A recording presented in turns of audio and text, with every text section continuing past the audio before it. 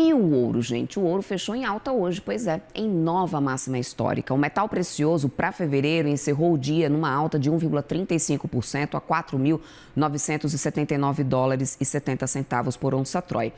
Já a prata para março avançou 5,15%, sendo negociada a 101 dólares e 33 centavos por onça Troy, com uma máxima de 101 dólares e 68 centavos no pregão.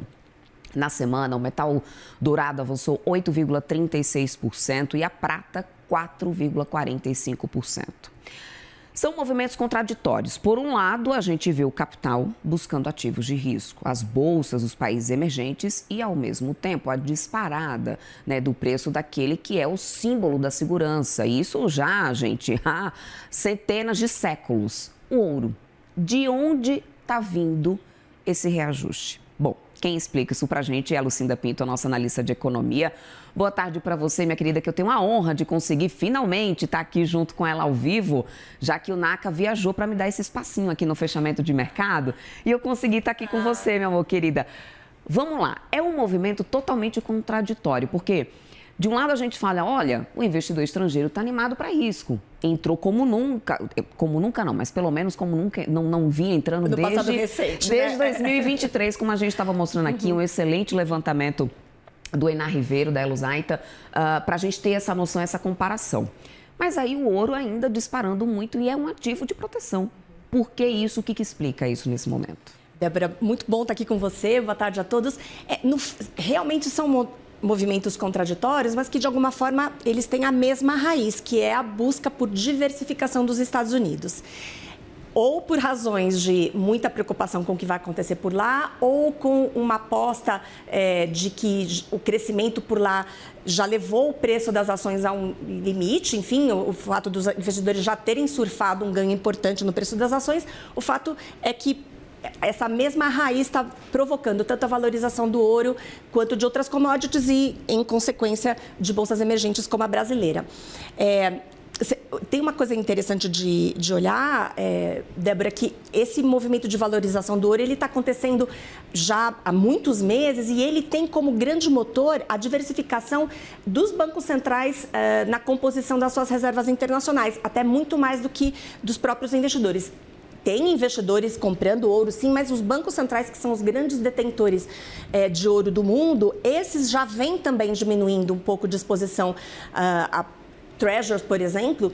Tanto é que no ano passado, no segundo semestre, pela primeira vez na história, a posição de bancos centrais em ouro chegou a superar a posição em títulos americanos. E tem uma coisa interessante que com tudo isso, com essa busca justamente por diminuir a exposição aos Estados Unidos, quem mais tem ouro na carteira são os próprios americanos. É o Banco Central americano que detém a maior quantidade de reserva em ouro. É algo como 8,1 toneladas métricas de ouro, equivale a 261 milhões de onça Troy.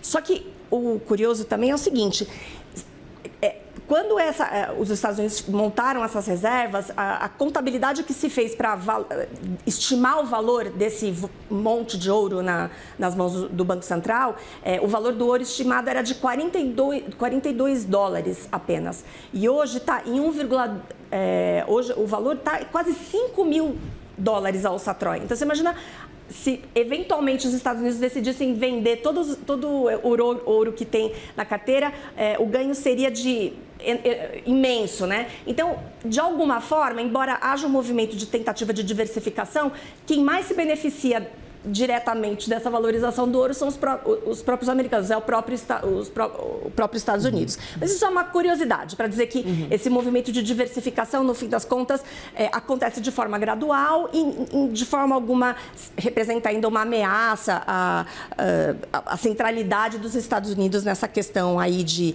reserva de valor e tudo isso, né? O dólar continua central a despeito desse movimento. Pois é isso, é mais ou menos isso, né? Porque a gente tem um movimento de desvalorização, quando a gente fala assim, tem um movimento de desvalorização a nível global do dólar, muita gente pode dizer assim, então eu tenho que tirar o meu investimento, eu tenho que, então o dólar não vale, mas não é bem isso. Ainda é uma moeda que, se a gente comparar as outras moedas a nível global, tem uma altíssima valorização, principalmente em consideração a nossa moeda, mesmo a gente tendo aqui o patamar, né, positivo que a gente está acompanhando hoje, ainda é R$ 5,38 por real. Então, o investimento em dólar, ele não é que ele simplesmente perdeu totalmente valor, mas ele ainda continua na visão dos investidores. Eu acho que aí cabe uma percepção, e aí eu quero que você me traga um pouco de olhar sobre isso, se é um risco Donald Trump.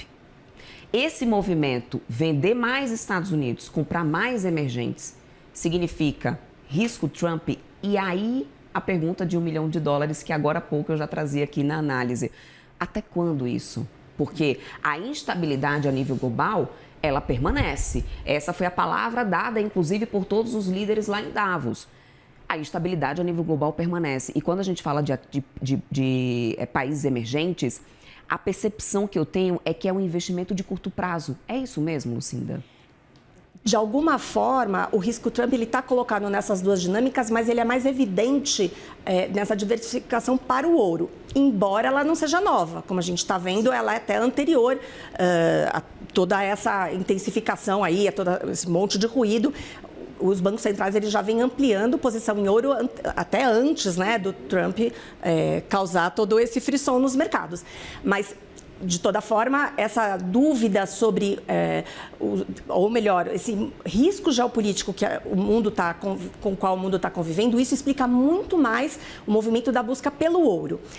A busca pelos mercados emergentes, o Trump ele fala um pouco com isso, ele influencia isso de alguma forma, muito mais sobre a discussão sobre o que vai acontecer com a taxa de juros e com o crescimento por lá. Quer dizer, a dúvida sobre o cenário econômico vindo desse ataque do Trump ao Jerome Powell, essa insistência dele em dizer que vai querer colocar um presidente do Banco Central lá que vai promover o corte de juros, esse cenário de recuperação da economia americana que pode trazer mais inflação, quer dizer, isso é esse aspecto do efeito Trump que influencia a busca do investidor estrangeiro por outras bolsas. Mas acho que principalmente o que está por trás desse movimento é o fato de que lá houve uma valorização muito grande das bolsas, sustentada pelas empresas de tecnologia. Essa discussão aí de bolha de IA, isso é um assunto que não é novo, isso continua no radar. Acho que essa próxima onda essa leva de balanços que a gente vai conhecer aí nos próximos dias vai provavelmente ajudar a elucidar um pouco, mas essa dúvida continua. Então, é muito mais essa visão de que tem uma superexposição ao mercado que já se valorizou muito, e a busca, então, por alternativas onde ainda tem espaço para que esses preços subam. E aí você deixa aqui o gatilho para a minha próxima pergunta, porque muito se fala, e também não é de agora, e olha que eu estou aí acompanhando o mercado financeiro tem uns bons anos, mas muito se fala sobre o Ibovespa está descontado, né? O Ibovespa está barato, nossos ativos estão descontados, temos ótimas empresas, preço muito barato, e a gente segue agora nessa guinada. Estamos ainda barato mesmo assim, Lucinda? A gente ainda tem esse espaço? E aí, olhando para frente, porque a gente está falando agora do copo meio cheio o tempo inteiro. O que está valorizando? É capital estrangeiro, está entrando, está favorável, está bonito ver o Ibovespa nesse janeiro. Mas o que pode fazer isso tudo mudar? E pior, mudando, vai ladeira abaixo?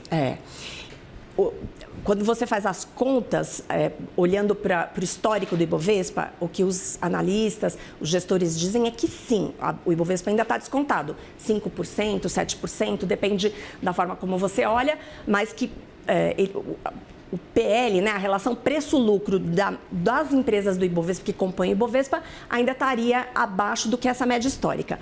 A questão é que também a gente não sabe se essa média histórica ela vale para este momento. O cenário mudou muito. A gente até já falou sobre isso ontem. O Brasil era investment grade há alguns anos e a Bolsa, a Petrobras tinha um outro tamanho, você tinha um outro cenário, a China crescia muito mais. Cenário geopolítico, né, Lucinda? Porque o cenário geopolítico que a gente tem hoje e também comercial, com toda essa instabilidade depois do tarifaço, eu acho que existe um ambiente macroeconômico global que a gente não tinha antes e que talvez isso não está sendo ainda precificado justamente nesses PLs dessas empresas. Exato. Então, talvez essa média histórica ela não seja mais a referência. essa é uma discussão, a gente não tem essa resposta, verdade. não tem como garantir isso. Mas a verdade é que as coisas mudaram. Então, hoje, os gestores, obviamente, quem mexe com bolsa tem convicção de que tem espaço para as ações subirem ainda mais. E tem uma coisa importante, acho que nesse movimento, que é o fato de que os fundos de ações aqui no Brasil, eles não voltaram a captar ainda, porque a renda fixa ainda é muito atrativa. Então, teve aquele movimento ao longo de 2025, até iniciado em 2024, de resgates de fundos de ações para aplicação em produtos de renda fixa, e esse movimento ainda não se reverteu. Então, tem ainda espaço, provavelmente, para uma pernada de valorização provocada pelo próprio investidor brasileiro. Esse fluxo ainda não veio de forma relevante. Então, existe razão para a gente acreditar que a Bolsa pode andar mais, né? Como os analistas dizem.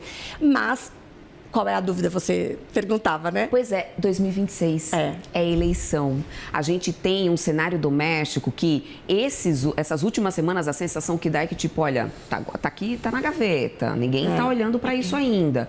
A gente vai ter daqui a pouco o retorno das atividades legislativas, a gente vai ter daqui a pouco as campanhas que já começaram, né? Ou seja, o cenário 2026 a gente já viu começar realmente no finalzinho do ano passado. Mas aí vem todo aquele debate de questão fiscal, ou seja, o doméstico, ele não está sendo precificado agora, né? Neste momento, é aquela história, a maré está muito cheia e a gente não está vendo, como o mercado diz, quem está sem calça, a gente está vendo só as boas notícias. E o que se espera é que ao longo do ano as questões domésticas voltem a fazer preço. Mas sabe onde a gente está enxergando um pouco ainda dessa questão eleitoral do doméstico? No câmbio. Embora o dólar tenha caído, ela fechou o ano lá em 5,50, hoje fechou ali perto de 5,28, né? 5,38. 5,38, apesar do efeito Nakagawa na Europa. Importante dizer que, com tudo isso, o dólar conseguiu cair, mas ele está caindo menos do que os pares. A verdade é que o real ainda não está tendo uma valorização tão forte quanto dos seus pares. Os analistas acham até que isso vai se corrigir, que com esse fluxo forte de investidor estrangeiro chegando, é muito provável que o real continue, tenha aí um espaço para uma valorização adicional. Até conversava com um especialista agora há pouco, na visão dele, se não houvesse esse ruído eleitoral, provavelmente o dólar estaria mais perto de R$5. Mas desde que teve ali o Flávio Day, né, como se diz, o anúncio ali da candidatura do Flávio Bolsonaro, a informação de que ele realmente está disposto a concorrer, os mercados tiveram um rearranjo, uma reprecificação e o dólar não devolveu totalmente esse prêmio de risco. Então, no câmbio, a gente ainda enxerga um pouco o resquício dessa incerteza eleitoral. Agora, a eleição, ela vai mexer muito com a Bolsa na medida também que o juro se movimente. Caso essa questão fiscal ela se agrave, caso nessa disputa eleitoral um cenário de um governo mais gastador, mais populista, se isso se confirme, isso provocar um aumento de taxa de juros de longo prazo ou limitar o espaço do Banco Central para corte da taxa Selic, então a gente pode ter um efeito no resultado das companhias e isso sim pode afetar o desempenho da Bolsa. Mas agora, Débora, eu diria que é muito cedo ainda. Eu acho que a gente vai observar a gente vai falar sobre esses assuntos. Aqui e ali a gente pode ver alguma oscilação, mas aí nas próximas semanas o mais provável é que o fluxo dê as cartas para a Bolsa. Vamos aguardar então, minha querida. Excelente análise. Obrigada, excelente papo. Obrigada, sempre. Débora. Obrigada, minha querida. Até mais. Até mais. Até segunda-feira, na verdade. Provavelmente, eu acho que o Naka já vai estar por aqui, mas a gente se encontra aqui pela TV. Bom final de semana para você. Para você também. Obrigada.